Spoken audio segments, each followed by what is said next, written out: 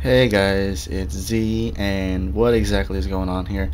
Um, I think some of you remember me saying that I was gonna do a build series for the AGE-1 just to show you guys what it was like to build this thing and to see if there was anything that would stand out and I'd be able to show you guys because a lot of people who have so far already built and own this model kit have mentioned something about the build. And for those of you who haven't bought the kit yet or haven't built it, maybe it could like um, show you guys something, and maybe you guys would be interested in building it. But unfortunately, I went build crazy. I kind of was enjoying the build a little too much, and I lost track of myself. And so I ended up with pretty much the whole upper part of the body, except for the head and the legs. Um, so I guess, halfway done, and I'm like, oh, shoot, I forgot about the build series. So instead of doing a build series, I'm gonna, I guess, talk about some of the things that really stood out to me about this particular build. So first things first, when you look at a model kit like this, and if you're like me and you started getting a lot of the double O high grades from when they started. I for one kind of started in the middle of season one, and so for the entire of season two, I got the majority of the model kits that I wanted. So I kind of knew, I kind of got I kind of got to experience the different levels of engineering and the different model kits that were being released with all the new stuff and everything. For example, Double O Gundam. Um, Taking it back to first season, I mean, Gundam Double O. Take dust keeps going in my eye. I'm sorry. Um,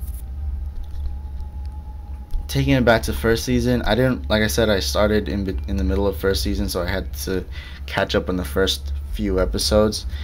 Um, Before I started buying model kits, I bought a 1 to 100 scale no grade Exia, which was really great for 1 to 100. And the last 1 to 100 model kit I ever built before that was like the high grades from Wing, and we all know how those are like. I mean, that's like a whole generation. And me, I never got a seed 1 to 100 because I really wasn't into it yet. I wasn't into Gundam yet to even know that there was 1 to 100s.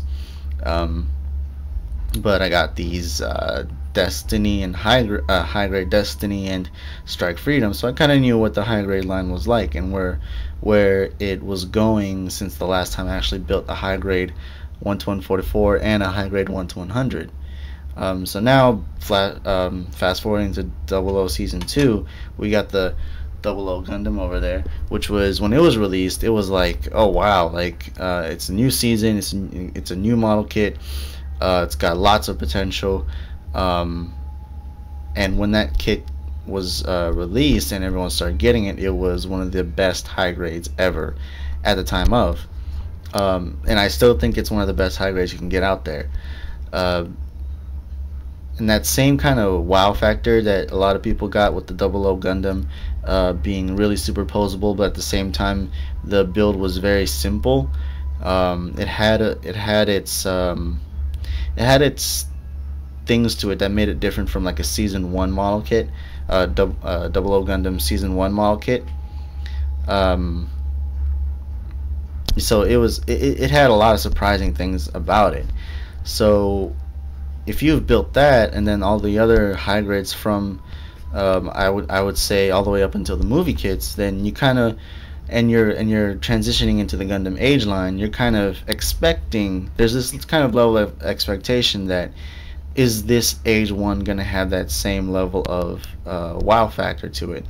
And I'm gonna tell you, yeah, it does. It surprised me, and at the same time it didn't, because like I said, there's that level of expectation, and guess what, this model kit met every single expectation that so far, I'm not even completed with it.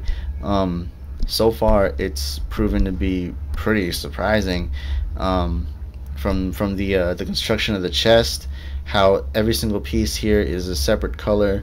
Really the only thing you need to paint is the A in the middle, and even at that, you see how there's that yellow piece, that yellow A kind of outline there, and you have the inner sides of it which are blue. The blue is attached to the front blue piece here. so it's one part. Now the yellow piece, the vents and the A, is one whole piece, and then you sandwich that in between the blue, and then this white piece here covers that. So if you wanted to, if you felt the need to, you can actually paint that A. I think metallic green would be the closest thing to do if you're not going to use the stickers, you know. So you can easily paint the two spaces, the two blue spaces in between, with black, and then the outer parts of the A, which is on the yellow piece, you can easily paint that. I wish I could take it apart, but it's kind of hard to take it apart at this point. I'm gonna have to figure out how to do that later on, because I'm not gonna paint it now, but after I do the review, then I'll be able to paint it. For the review's sake, I wanted you guys to appreciate the model kit for what it looked like completely out of the box. No paint, no stickers, no pen lines, none of that basic stuff. Also, the arms were definitely different. It's not the kind of for the shoulders, for the shoulder joint. It's not your typical 00 type of shoulder where you would use this kind of polycap right here. It's more of a kind of a traditional peg joint, peg with a polycap joint. You don't get as much articulation with the arm swinging back and forth as much as you would with that guy, but it still works in its own little way, and I think it's better it's better this way, because it better fits the type of the design of the AGE-1 anyway. So which it's not bad. The front skirts, or rather the waist joint, is pretty interesting. Back when 00 came out, you had the separate waist joint, or I guess pelvis joint, which could swing backwards and forwards. Not only that, with this one, not only can it swing backwards and forwards, it can also swing left and right. So like that. This isn't the first time I've seen this. I don't have the model kit, but in the Nobel Gundam, the high grade Future Century Nobel Gundam, it's got that swinging left and right movement for, you know, very feminine poses, and it's very fitting. But this one, you've got the left and right and backwards and forwards, so you got full articulation. When that thing came out with the swinging left and right, or swinging back and forward, I think a lot of people thought that was full pelvic articulation, but now I think we've got a new standard for what full pelvic articulation is. So that's cool. Now the front skirts here, as you can see, they're moving separate. So they do come molded together. These two pieces here were molded together. They weren't separate, but it was one of those where there were two ball joints, and you could easily just cut them in half and shave off a little bit of excess plastic, and then you'll be set. And then these white pieces here peg onto the back of the yellow pieces. So the way it was laid out to be constructed, you could easily tell that it was pretty much intended to be separate, so to be separated, so you can have two separate front skirts. The same idea with the back skirt, even though they're not ball joints. The back skirt is kind of more of a rod, so kind of the peg, but it's no different. But because I think with the GM Type C, which is the last high grade I built, and it's an older model kit, the GM Type C, the front skirts were molded together, but they were on that rod type of I guess swivel mechanism, and you could have easily cut them in half, which I did. Not only that, but other kits in the high grade line, I do believe Keratin had that kind of peg, and it wasn't a ball joint. So you can technically separate the back skirts. Not sure why you'd want to do that, but if you wanted that extra bit of articulation, if you were really that detail oriented, you could do that, and there would be no problem. The side skirts is your typical ball jointed side skirts, so nothing too spectacular about that. But anyway, I do want to get the legs done before I talk about the rest of this. The DOTS rifle was actually interesting because this piece, this entire gun, is consisted of, I think, 6 parts. You have the stock, the handle, this piece here for the let me put this down.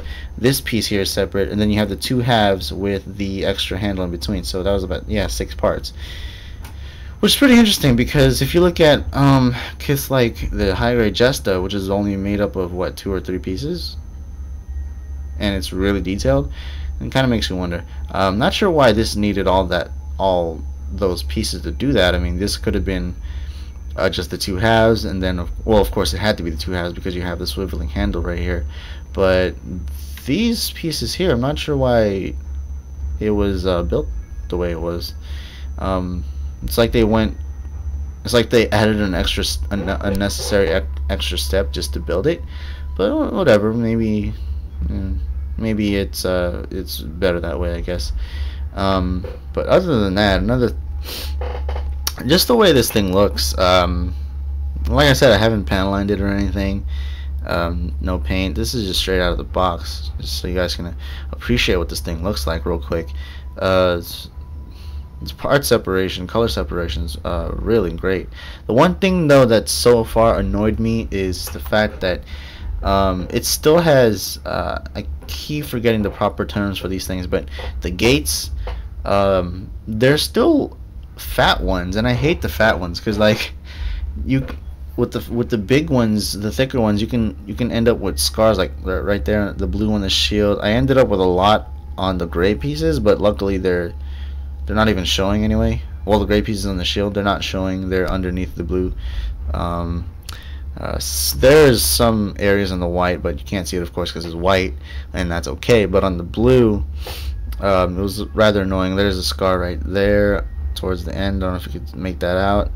There's definitely a scar right there, and also on the opposite side. So far, if anything that's been annoying me about the build, it's the amount of, like, fat, or I guess I shouldn't say fat, but the thicker gates. It's really annoying. And I guess I kind of have partly myself to blame for messing up last night, because I was building this 3 hours straight, and I didn't go to sleep until, like, I don't know, 2 o'clock or something like that, just because. And plus the time changed, the time zone changed, or not time zone change, but daylight savings time. But anyway, the build has been pretty satisfying so far. I mean, obviously I missed out on my build series, and I'm doing this now, so it does remind me of the time of when we first built the high grade 00. It does have those surprising features. It does still have that kind of it's simple, but still it's a simple construction, but it's still a satisfying construction, surprising construction. So far so good. I say, if you haven't picked this kit up, and if you like the way the AGE-1 looks, hopefully you get to pick it up sometime soon. There is a Master Raid coming out. It's pretty much confirmed, and I think a lot of you guys are waiting for that. But if you're into high grades and you don't have this kit yet, give it a try. The build so far has been pretty satisfying. So there might be a second part of this video. I don't know. I'll see how I feel about the legs and the completed kit, and then I will see you guys at the review for the high grade AGE-1 normal. Peace out. Thanks for watching.